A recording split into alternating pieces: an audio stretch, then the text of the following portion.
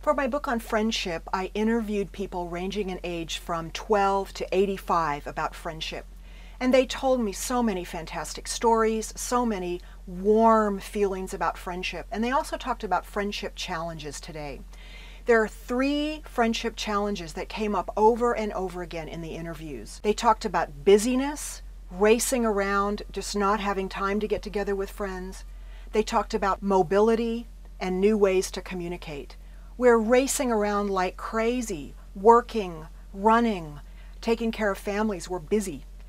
Mobility, my gosh, people are moving, it seems like, in a way that they never did before, city to city, country to country.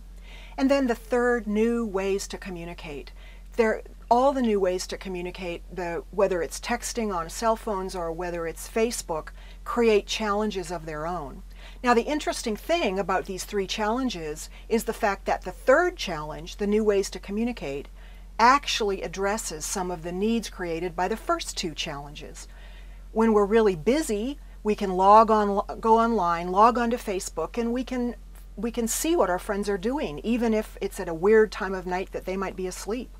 When you move from one place to another, you can stay in touch with people in a way that you couldn't even just 20 years ago. So the new ways to communicate are a huge gift, but they create a whole set of challenges as well.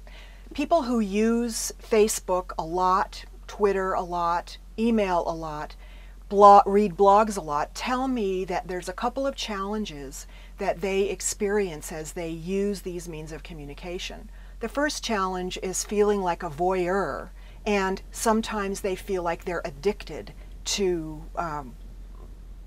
electronic communication rather than addicted to face-to-face connections with their friends. And these 2 are closely related because all the huge amount of information that comes to us online, the voyeurism that we feel, is also very seductive and addictive. It sucks us in and we want to spend time accumulating it. You've probably read some of these amazingly strong opinions that Twitter and Facebook are just downright evil and destructive. I think we need a more nuanced approach than throwing them out entirely, because electronic communication is embedded in everyday life for just about everybody today.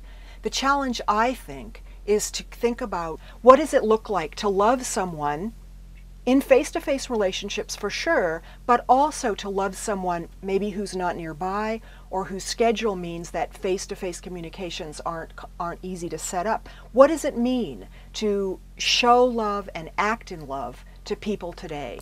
And that's one of my passions about friendship, is learning to do just that.